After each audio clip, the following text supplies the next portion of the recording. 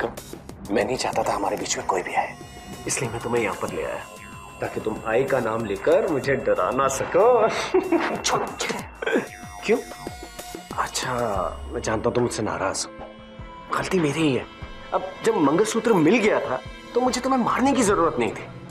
पागल हूं ना मैं, तुम्हारे प्यार में पागल हूं। मैंने कहा छोड़ो मुझे। अरे नहीं बाबा, बल्कि अब तो मेरा मन करा और कस के पकड़ूं। छोड़ो मुझे। बंद करो अपना ये तोकलापन। आपा के सामने चाल चलकर मुझे तुम इस कमरे में तो लेकर आए, लेकिन मेरी मर्जी का क्या करोगे? तुम्हें छूना तो दूर, तुम्हारी शक्ल तक देखना पसंद नहीं करूंगी मैं। अपने दिल से आपा का डर निकालकर कह दो उन्हें कि तुम मुझे छूना चाहते हो। पहले मर्द बनो रोहित, फिर मेरे सामने तुम्हें इस तरह गिड़गिड़ाने की कोई जरूरत नहीं पड़ेगी। मर्द बनते हो।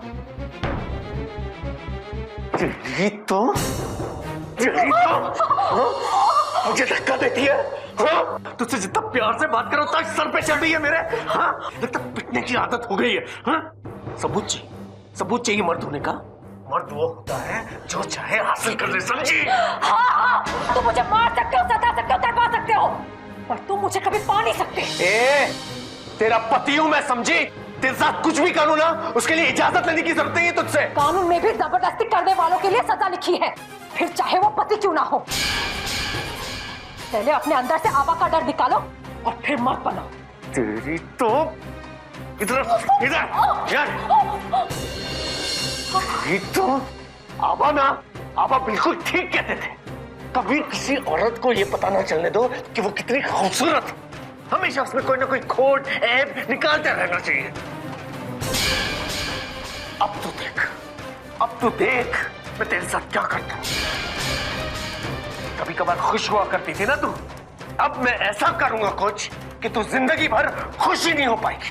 तुझे दिखाता हूं मैं कि असली मर्द होता क्या है।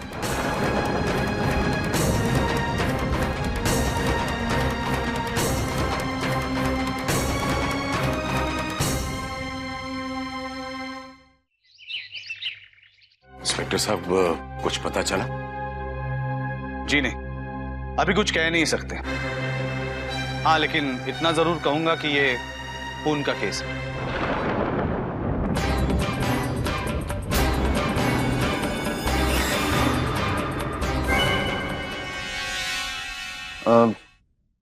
वैसे आप लोग बुरा ना माने तो मैं संध्या जी से कुछ बातें करना चाहता हूं।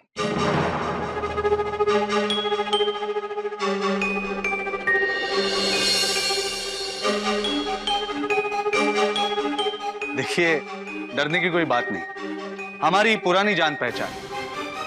आइए संध्या जी।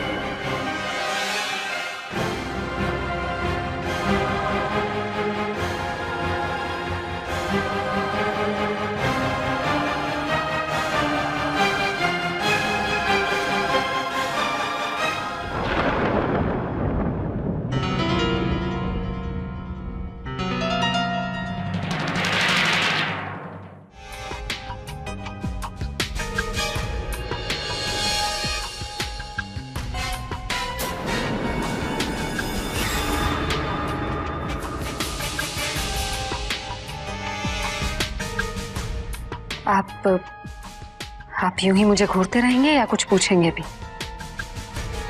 नहीं, मैं यही सोच रहा था कि इस कत्ल की वजह क्या हो सकती है, क्योंकि अगर कोई मकसद नहीं होगा तो कोई किसी का खून क्यों करेगा, है ना? आप यही जानना चाहते हैं ना, कहीं अपने बाबा की मौत का बदला लेने के लिए मैंने ही सरला चाची को तो नहीं मार डाला? समझदार हो, इसलिए पहले ही समझ गई क्या पूछने वाला हूं। लेकिन जितना मैं तुम्हें जानता हूं संध्या, तुम इतनी शातिर नहीं हो कि किसी का खून करो। पूरा जागीरदार परिवार तुम्हारे बाबा के मर्डर के केस में सजा काट रहा है। सिर्फ ये एक सरला ही थी जो जमानत पे रिहा हो और फिर मरने के लिए यहां आ गई, है ना? देखिए इंस्पेक्टर साहब, मेरे बाबा के खून में सरला चाची का कोई हाथ नहीं था, इसलिए इस बारे में मेरी उनसे कोई शिकायत नहीं। हाँ, जब से वो इस घर में आई तब से वो जो कुछ भी कर रही थी उसको लेकर मेरे मन में उनके लिए शिकायतें थी, क्योंकि वो मेरे ही परिवार को मेरे खिलाफ करना चाहती थी, मेरे पति को मुझसे अलग करना चाहती थी। और आज सुबह ही उन्होंने मुझसे कुछ ऐसी बातें कही कि मेरा मन किया कि मैं उन्हें जान से मार डालूं। लेकिन अभी उन्हें किसने मारा, कैसे मारा, इस बारे में मैं वाकई कुछ नहीं जानती। देखो संध्या, मुझे भी लगता है कि ये खून तुमने नहीं किया, लेकिन अगर मेरे हाथ में कोई ऐसा सबूत या फिर कोई ऐसा गवाह आ गया जिससे ये पता चले कि तुमने खून किया है या फिर खून करने वाले की मदद की है, तो फिर मैं तुम्हारी कोई मदद नहीं कर सकता, क्योंकि मेरी नजर में कातिल की सिर्फ एक ही शक्ल होती है, फिर चाहे वो कोई भी हो। इसीलिए अगर तुम्हें इस खून के बारे में कुछ भी पता हो तो अभी मुझे बता दो। मैं समझ सकती हूँ और आपका शुक्रिया कि आप मुझ पर भरोसा करते हैं और मानते हैं कि ये खून मैंने नहीं किया। और मैं भी आपसे वादा करती हूँ कि अगर सरला चाची का खून हुआ है तो कातिल तक पहुंचने में मैं आपकी मदद जरूर करूंगी। भैरवी, ये इंस्पेक्टर संध्या से अकेले में क्यों मिलने गया है? क्योंकि सारा किया धरा है संध्या का ही तो है, उसी ने मारा है सरला बहन को। ये आप क्या कह रही बड़ी माँ? संध्या सरला चाची की जान लेगी। मैं मानता हूं संध्या को उनका यहां रहना पसंद नहीं था और आज सुबह उनकी लड़ाई भी हुई थी और उसने उनका गला भी पकड़ा था, लेकिन इसका यह मतलब नहीं कि संध्या उनकी जान ले सकती है। वो तो बस गुस्से में। जब गुस्से में सरला बहन का गला पकड़ सकती है तो गुस्से में सरला बहन को मार क्यों नहीं सकती है वो? ये तो अच्छा हुआ कि सही समय पर हम सब हॉल में आ गए, वरना वही सरला बहन को मार देती वो तो।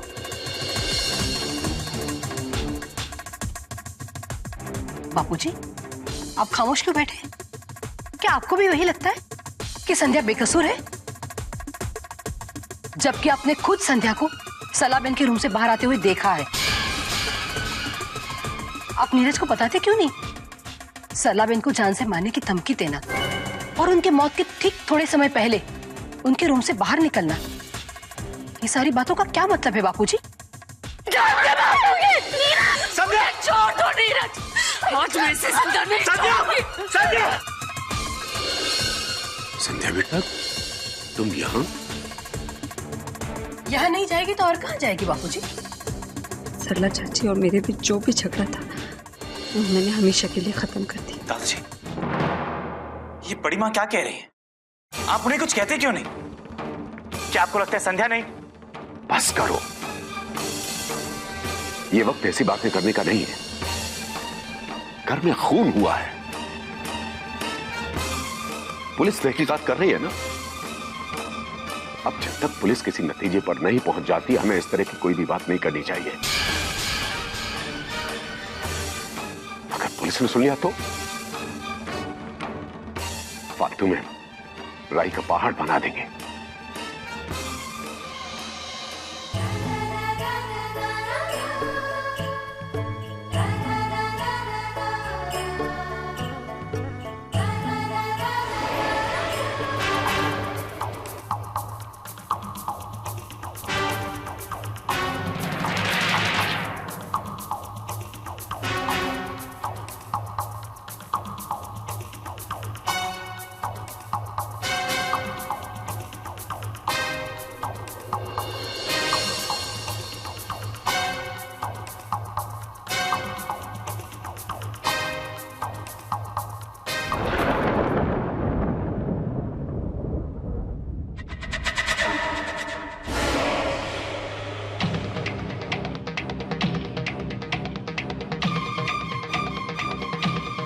क्या बात है, क्या बात है।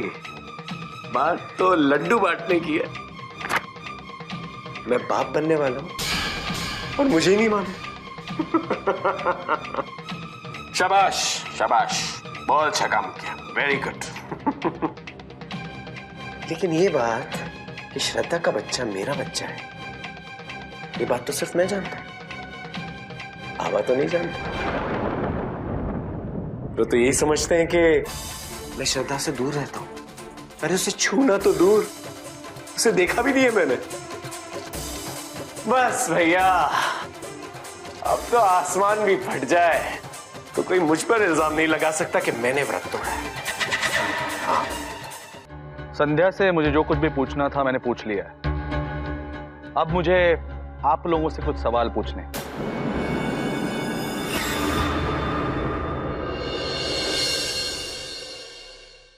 जी इंस्पेक्टर साहब, पूछिए। सरला जी आपके घर में कितने दिनों से रह रही थी? ये कोई 8-10 दिन से। यहाँ पे आने के बाद आपके परिवार के साथ उनका बर्ताव कैसा था? मतलब सबसे ठीक ठाक बात करती थी या कुछ गुस्सा या चिड़चिड़ापन? नहीं इंस्पेक्टर, वो तो सबसे अच्छे से ही बात करती थी और बहुत जल्द सबके साथ घुल मिल भी गई थी। फिर भी किसी से कोई झगड़ा वगैरह? झगड़ा? इंस्पेक्टर साहब, वो क्यों किसी से झगड़ने लगी और मेरे परिवार वाले भी क्यों झगड़ने लगे उनसे?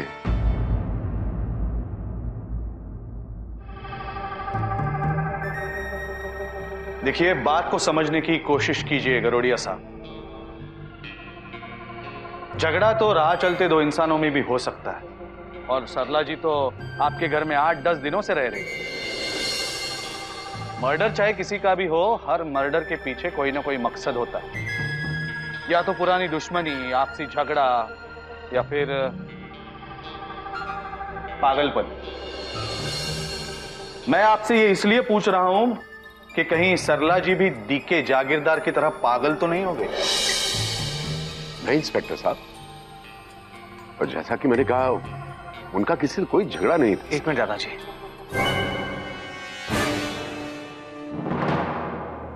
इंस्पेक्टर साहब, शायद दादाजी भूल रहे हैं कि आज सुबह संध्या और सरला चाची के बीच बहुत बड़ा झगड़ा हुआ था।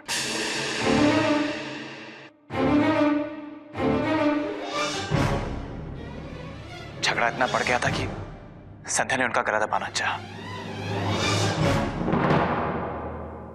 दरअसल संध्या को उनका यहाँ रहना पसंद नहीं था और इस वजह से रोज हमारे बीच झगड़े भी होते थे।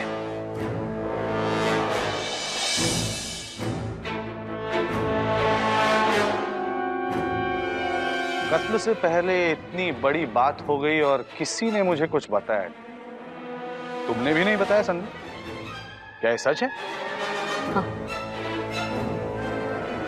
हाँ ये सच है इंस्पेक्टर साहब।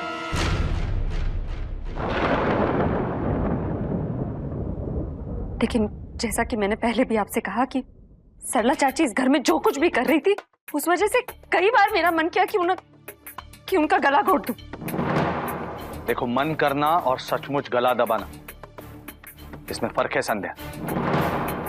जो तुम बता रही हो उसे अटेम्प्ट टू मर्डर कहते हैं, और ये भी कत्ल की एक बहुत बड़ी वजह है। किसी को जान से मार देना या जान से मार देने की धमकी देना, ये सब। पर मैंने सरला चाची को नहीं मारा।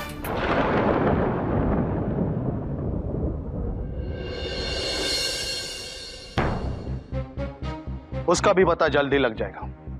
गरोड़िया साहब, आपके परिवार का हर मेंबर मुझे यहां चाहिए।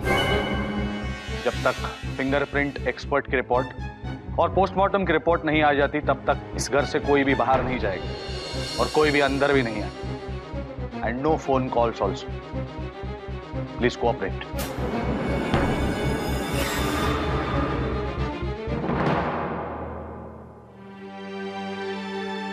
नीरज, ये तुमने क्या किया?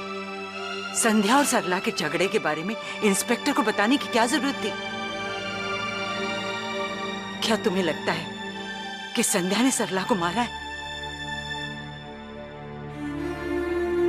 मेरे मानने या ना मानने से संध्या खुरी नहीं हो जाएगी मां। मैंने वही कहा जो सच है। मैंने आज तक कभी झूठ नहीं बोला है और ना ही कभी बोलूंगा।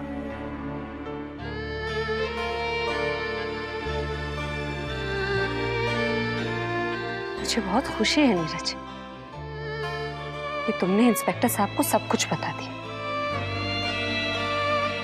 तुम्हारी बातों में उतनी ही सच्चाई थी जितनी कि इस बात में मैंने सरला चाची को नहीं मारा। और ये सच्चाई तुम्हारे सामने भी बहुत जल्द आ जाएगी।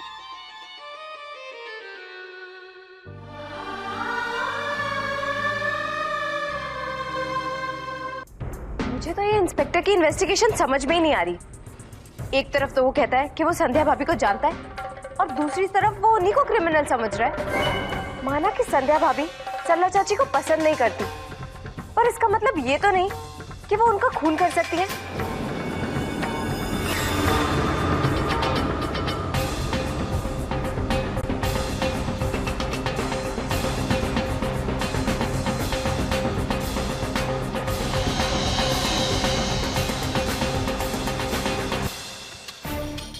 जमीन के कागज निकालते हुए नर्सिंग होम की ये फाइल मुझे मिली है। कोई मुझे बता सकता है ये नर्सिंग होम की फाइल यहां कैसे आई? पता नहीं क्या क्या है इसमें। बाबा के कहने पर तुम पिछले कई महीनों से श्रद्धा से दूर रहे हो। अगर तुम श्रद्धा को छूते नहीं हो तो ये मां कैसे बन सकती है? इसकी प्रेगनेंसी टेस्ट पॉजिटिव कैसे आ सकती है? क्या कह रहे हैं अब आप? मैं तो इसके नजदीक तक नहीं गया हूं, तो ऐसे कैसे हो सकता है? कोई गलतफहमी हुई होगी। हाँ।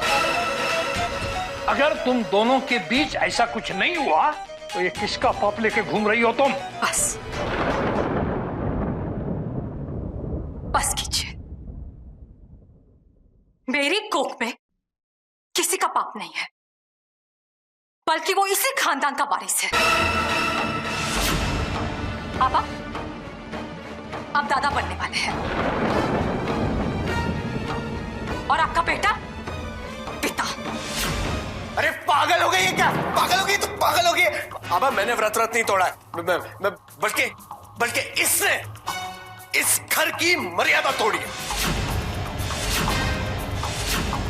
किसी और का पाप मेरा बता रही है। खबरदार मेरे बच्चे को पाप कहा तुम। आज तक मैं सब कुछ सहते आई हूं, कभी कुछ नहीं कहा। लेकिन अगर किसी ने मेरी इज्जत पर सवाल उठाया, मेरे बच्चे को पाप कहा, तो मैं चुप नहीं रहूंगी। ये आप अच्छी तरह समझ लीजिए। देखा कैसे बदतमीजी से बात कर रही है। झूठी है, झूठ बोल रही है। आबा झूठ बोल रही है। मैं झूठ बोल रही हूं और आप सच कह रहे हैं ना? तो आबा के सिर पर हाथ रखकर कसम खाइए कि मैं झूठ कह रही हूं। अरे मैं आबा को थोड़ी ना मारूंगा। मैं आबा की कसम क्यों खाऊं? पाप तुमने किया है, तुम कसम खाओ। आप सच कह रहे हैं ना? तो कसम क्यों नहीं खाते? सही है ये। अगर तुम सच्चे हो तो मेरी कसम खा के कहो कि श्रद्धा झूठ बोल रही है। हाँ? आप इस श्रद्धा की वजह से मुझ पे शक कर रहे हैं? मुझ पे? मैं अपना शक दूर कर रहा हूं। अगर तुमने व्रत नहीं तोड़ा है तो कसम खाओ मेरी।